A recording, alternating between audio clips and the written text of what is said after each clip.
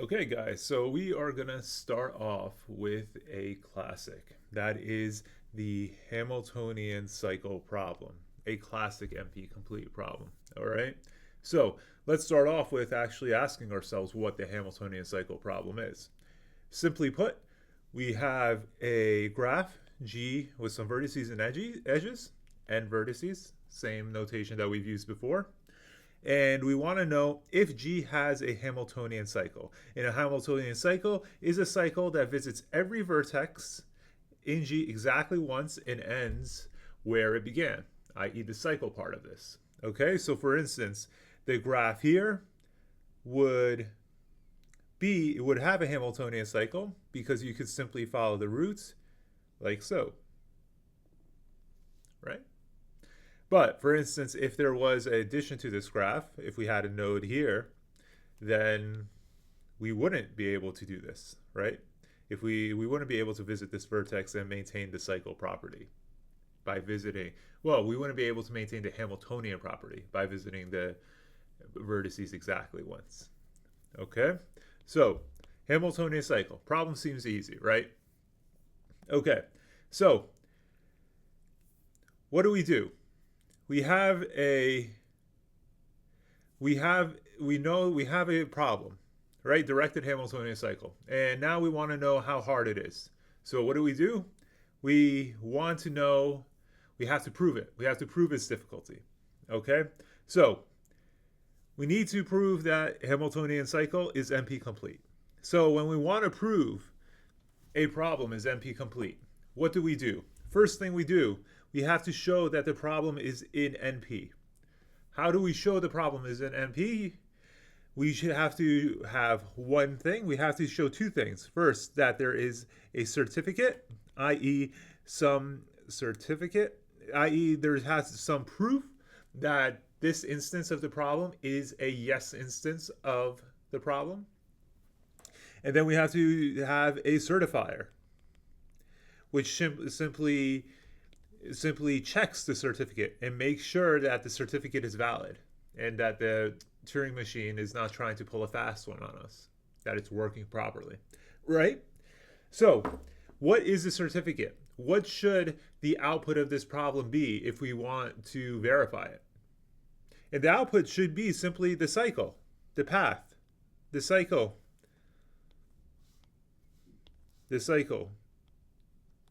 which is simply an array of vertices v1 through vn, where that form a cycle, right? So there are edges between each adjacent vertex, and there needs to be an edge between vn to v1, right?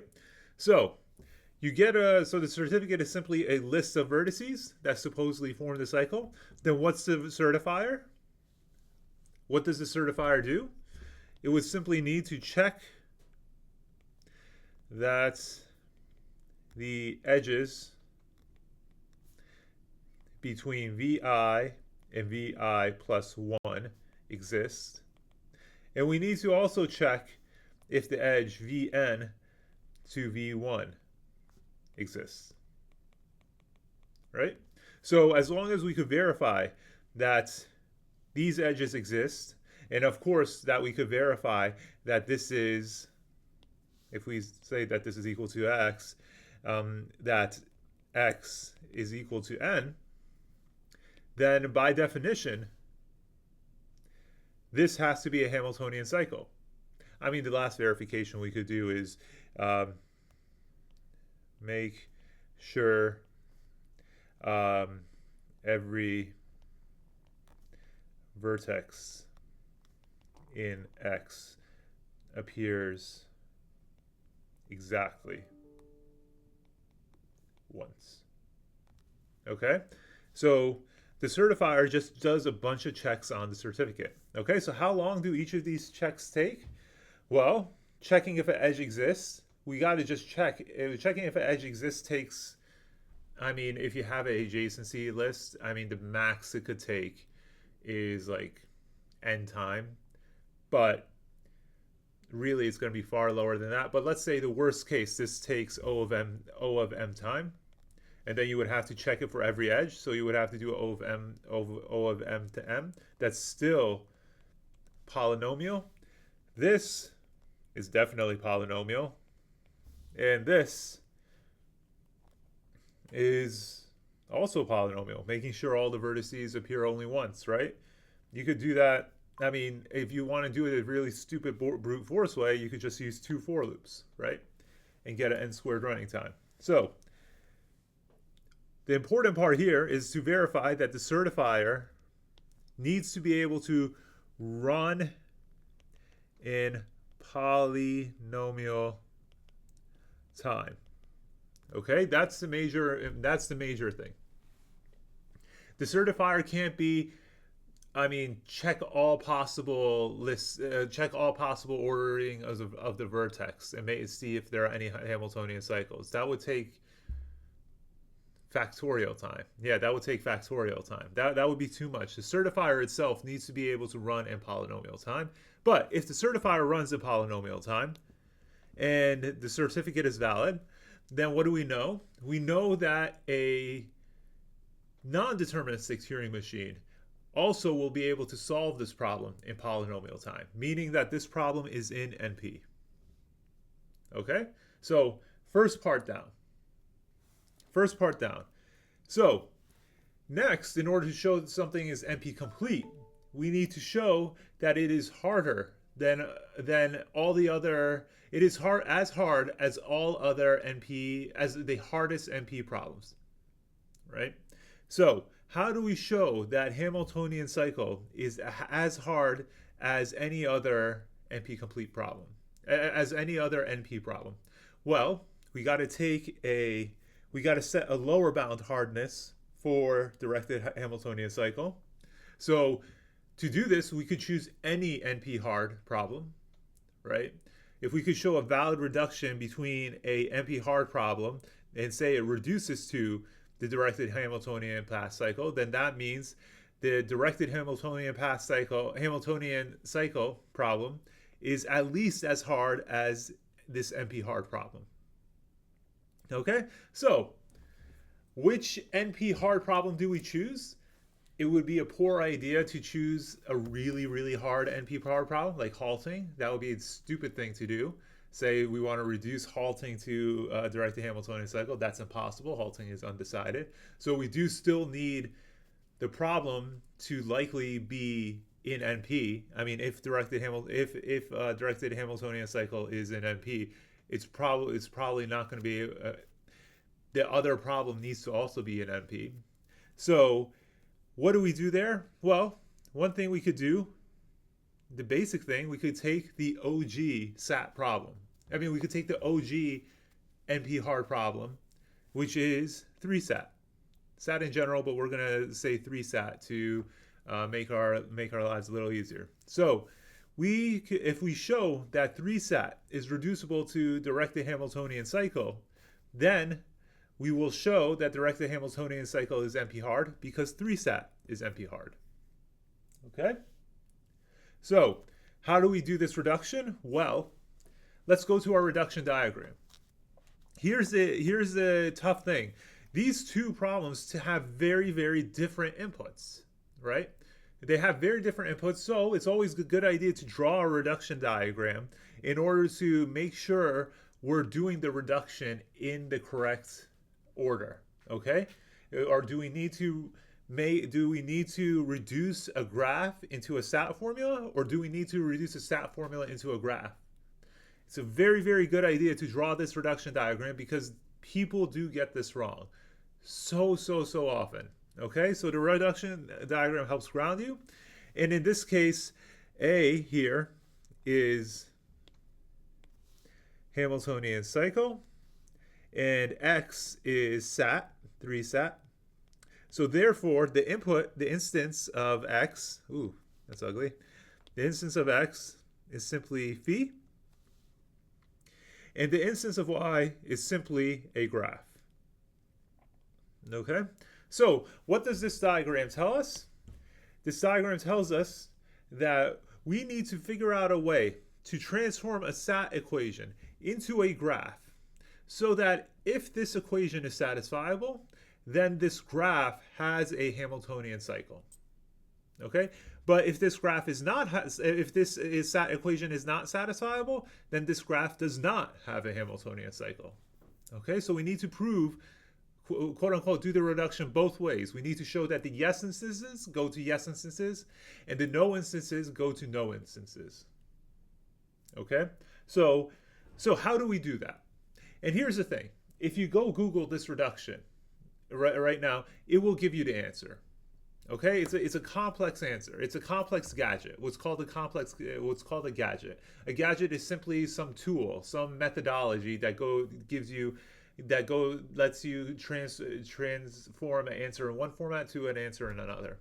You could Google it and you could get the gadget very easily. But I hate that. I hate that Google or so many people just give you the answer. Because if you're just getting the answer, then it puts a thought in your head that, oh, just a brilliant person just came up with the answer off the top of their head, and therefore you just got to memorize things and move on with your life. That's not true. None of the science, none of the computer science stuff that we've discussed so far was instantly thought of in a eureka moment. Every single piece of knowledge was painstakingly developed over many, many iterations. Okay, so what I want to do with this reduction here is help you go through a thought process. Is for us to go through a thought process together, so that we could see how one may go from not knowing how to do this reduction at all to figuring out a very complex reduction. Okay, so let's start off this thought process by understanding what SAT is. Okay, so SAT is simply a formula, and we need to create a graph such that the graph has a Hamiltonian cycle if and only if that formula is satisfiable.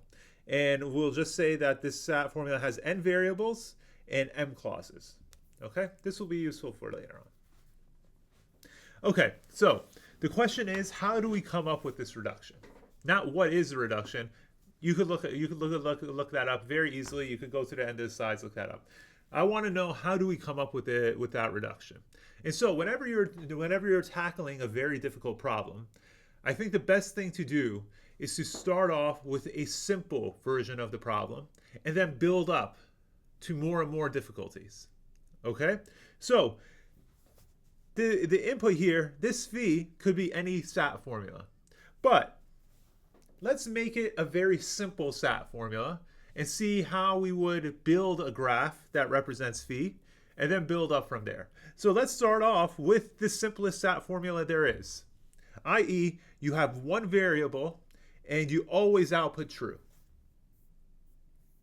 Okay? So what would the Hamiltonian cycle graph for this formula be?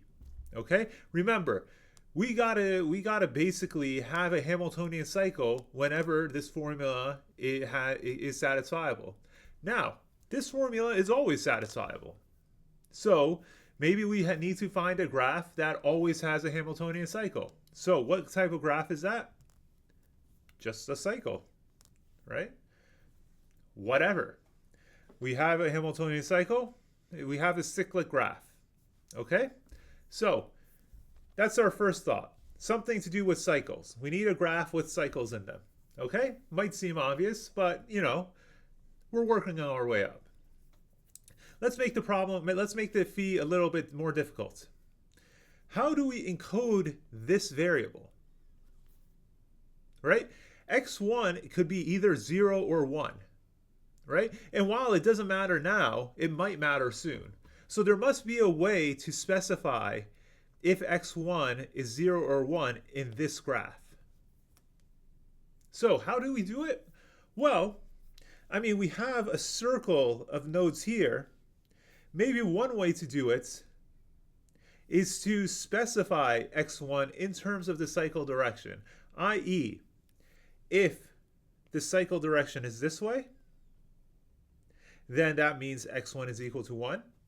If, on the other hand, the cycle direction is this way, counterclockwise, that means x1 is equal to 0. Okay? So we've built a graph that can encode a single variable in terms of the cycle direction. How we'll limit that cycle direction, we'll come to later. But that's what we're doing for the moment. Okay? Starting off simple, building up to something more complex. Okay, so this is the graph that encodes this SAT formula. Okay? It's the one variable and it's always satisfied. Now, what if the SAT formula had two variables? Okay, we'll still keep it's always satisfied in there. But what if the SAT formula had two variables? We need a graph that represents all possibilities for these two variables. Right? We need a graph that has 4 potential Hamiltonian cycles. So, how do we do that? How do we develop a graph that could have a Hamiltonian cycle for each one of these truth assignments? For 0, 0, for 1, 1, for 0, 1, etc. Well, one idea is maybe 2 circles, right? 2 circles, and then if, for instance, if we had 0, 1, then I forgot, is 0 is counterclockwise, so we would want the cycle to go this way, and we want the cycle for x2 to go clockwise. Okay, so something like this, but this isn't really a Hamiltonian cycle. What do we do in this case? We need to connect them. Okay, so what do we do to connect them? Well, we just remove the 2 edges here and force them to go to the other graph. Okay, and in fact, we force them to go to one of 2 endpoints because if the input is 0, 1, 0, 1, then counterclockwise and clockwise. That means that starting here, we need to go here, here, then here, here, then back here. Okay. Similarly, let's say we needed to form the truth. We need to have the cycle for the truth assignment 1, 1. Then they're both clockwise. Then we need to go here, here, yep, here, here, here. Okay, so this graph here has 4 possible Hamiltonian cycles, 1 for each of the possible variable assignments in the SAT formula. Okay, so we're making progress. We're making progress. We created a graph that has a Hamiltonian cycle for each possible variable assignment. Okay, so that's not nothing. That's not nothing. Now, let's do a little bookkeeping. This whole thing is becoming a little difficult, right? So, what do we do? Well, it would be nice to add a start and stop node, right? So maybe we could add a start and stop node just for our sanity. And again, if the graph is 0, 0, we'd want counterclockwise, counterclockwise. So where do we go? We start at start here, counterclockwise here, then here, start counterclockwise, then next assignment counterclockwise, end at T, and then we go back to form the cycle. Okay, makes sense? So again, we have 4 possible cycles. This is just helping us maintain our sanity, the start and stop nodes. Okay, visual clarity. But admittedly, this isn't super clear, so let's reorganize this a bit. And let's just say, let's just reorganize, instead of these cycles, let's reorganize them into rows. Okay, so same thing here. Again, if the variable assignment is 0, 0, over here, we were doing counterclockwise, counterclockwise, counterclockwise. So we would go here, here, here, here, here, here. So what do we do in terms of these rows? Well, we don't have counterclockwise, clockwise anymore. So let's just say zero is, let's say 0 goes to the left and 1 goes to the right. So 0, 0 for the rows would simply be go left to right, go back to T, go back to start. All right? So, same exact concept. We have 4 Hamiltonian paths in this graph. These two graphs are the exact same. They're just reorganized visually. So we have 4 Hamiltonian paths corresponding to the 4 possible truth assignments to this very, very, very simple SAT formula. All right? So what do we do next?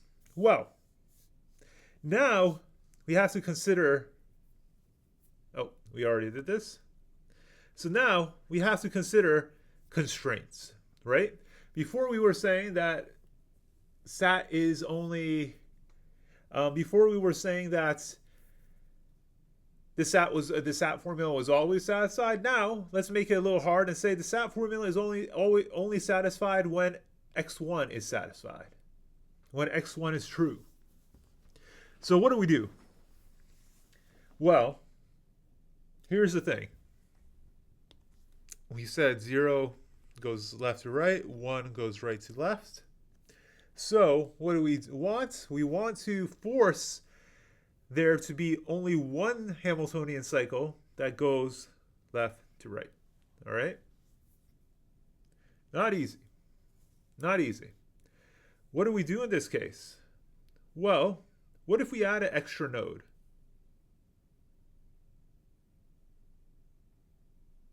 Oh, and I should say 1 is left to right. Let's reverse the direction a bit, just because the image changed.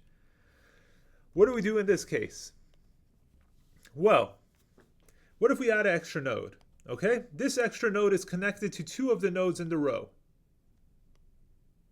Okay, so what do these nodes, why is this connection important? Well, it's because remember, a Hamiltonian path has to connect, it has to visit every vertex before it completes its cycle.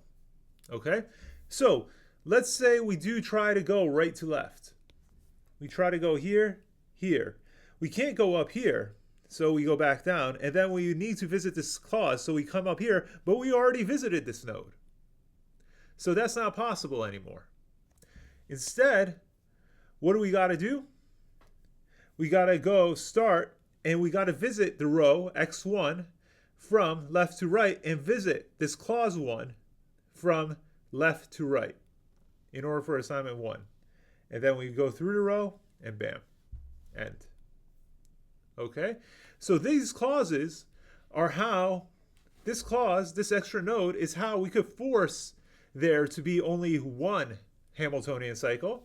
There is only one Hamiltonian cycle, and that is when we go from start and visit the nodes that represent x1 in left to right fashion. Okay, which signifies A1.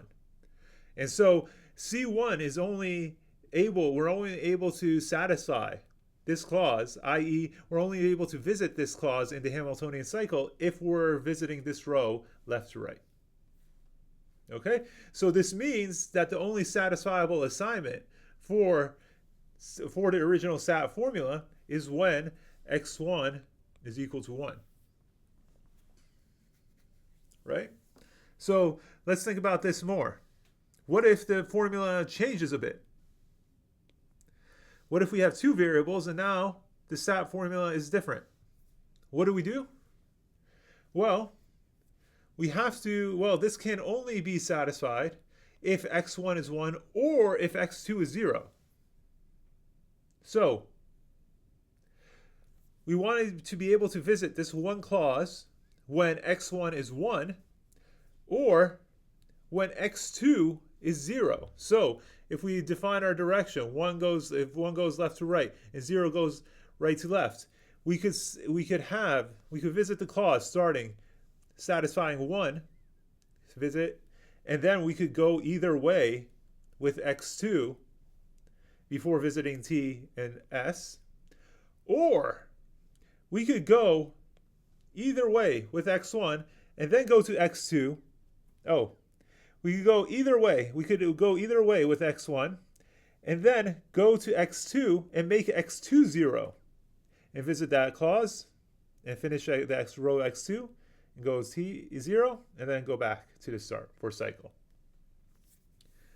Okay, so one of these variables, either x1 has to be equal to 1 or x2 has to be equal to 0. But only one of them has to be true because these two are ORed, right? So we draw these directional arrows to the same clause. We draw these directional arrows to the same clause, but the good news is that only one of these rows, you only need to be traveling the appropriate direction in one of the rows. And then as long as this clause gets visited, the other variable could be whatever it wants. Just like in a normal SAT formula, right? As long as one of these literals is satisfied, then the rest of the literals could be anything, right? So let's make the SAT formula a little harder. Let's say we had one clause. Let's say, what do we do with two clauses? Well, we just have a node for each clause, and for each literal, we specify a direction. So in this case, with 1 going to left and right and 0 going from right to left, we just simply add these directional arrows to say x1 has to be either 1 for clause 1 or 0 for clause 2, or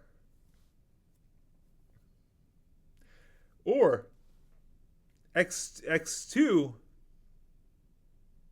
has to be, x2 has to be 1 for clause 2 or 0 for clause 1. So the Hamiltonian cycle, how many Hamiltonian cycles are there? Well, we know out of the entire truth assignments, 1, 0, 1, 1, out of all the possible truth assignments here, only this one is satisfied. If 0, 0 is satisfied, this one is satisfiable, or this one is satisfiable, right? If, for instance, the assignment is x1 is 0 and x2 is 1, then this clause would not be satisfied.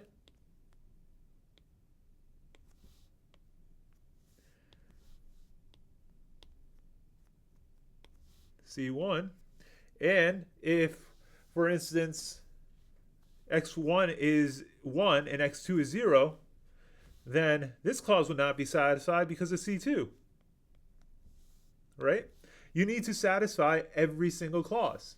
Right? So if they're both 0, 0, let's see, is there a Hamiltonian path?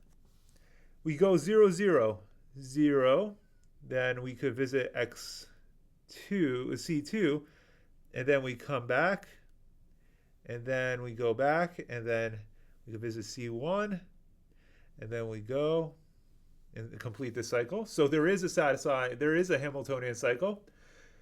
But on the other hand, if x1 is 0 and x2 is 1, let's do that. x1 is 0. x1 is 0. So we go right to left. So we visit x2. C2, and then x2, we can't visit C1, right? So we go to x2, and x2 is 1, so we can't visit C1 with x2 either because this arrow direction is wrong. So yeah, there is no Hamiltonian cycle in this case. So what we have here is a graph where we have Hamiltonian cycles that correspond to the satisfying assignments of the original SAT equation. Okay? So, what did we do? Supposing we have a SAT formula, our reduction looks like this. Create the Hamiltonian path gadget, this thing that we did before, with the start vertex, the end vertex, and a row for each variable. All right? Create the Hamiltonian path gadget with n rows for each variable and 2m literals, because we need 2 nodes from each row to designate a direction for each clause. Okay? And then for each of the m clauses, we add a vertex to the graph that represents each of those clauses, like we did here. And then for every literal in that clause, add 2 edges in the appropriate direction, like we did here. Okay? So I won't go into the formal proof why this is correct, but hopefully this conceptual development, iterative development, showed you why the gadget looks like this, and how you could go from a SAT equation to a graph input. Okay? So that's what the reduction for 3-SAT to Hamiltonian cycle is. So we showed that 3-SAT is reducible to Hamiltonian cycle, and we showed that it's reducible in polynomial time. Why? Because there is a polynomial number of vertices and edges corresponding to the input here. So the inputs don't blow up. There are, what are there? There are m vertices. There are m times n vertices plus the number of clauses. So m times n vertices for the rows plus m vertices for the clauses, and then you got pretty much the number of edges. Then you got almost the same number of edges. So you got a multiple of that. So this whole thing is still polynomial time.